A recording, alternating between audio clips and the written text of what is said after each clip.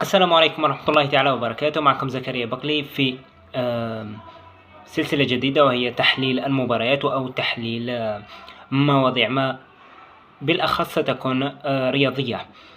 الموضوع لنهار اليوم قرعة كأس أفريقيا التي ستقام بالكوديفوار بداية من شهر جانفي 2023، وكأس أفريقيا 23 الذي تم تأجيله من قبل الكاف في جوان الماضي.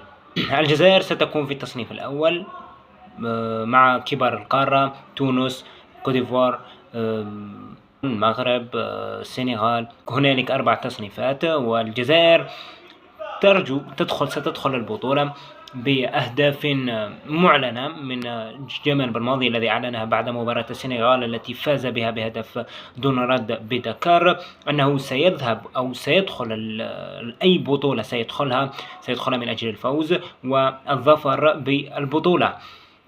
لكن رقميا الجزائر في مرحلة بناء، مرحلة عودة من نكسة كأس العالم التي أثرت أو تركت أثرا كبيرا في المدرب وفي المجموعة. لكن جمال بالماضي عرف كيف يبدأ في التجديد وضخ دماء جديدة في الفريق ونسيان الماضي والبناء من أجل المستقبل. مباراتين وديتين سيتجريان في هذا الشهر، الأولى غدا إن شاء الله مع الرأس الأخضر، والمباراة الثانية مع الفراعنة مصر بالإمارات.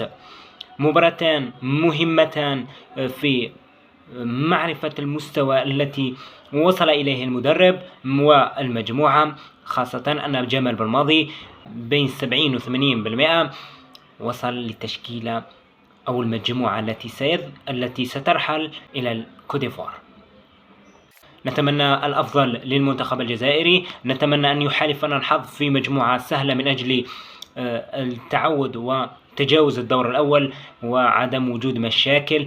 ولكن يجب أن نعلم لم يعد في كأس إفريقيا وإفريقيا فريق ضعيف، لذلك يجب أن تفوز بكل المباريات إن كنت تريد الفوز بالبطولة. إلى اللقاء.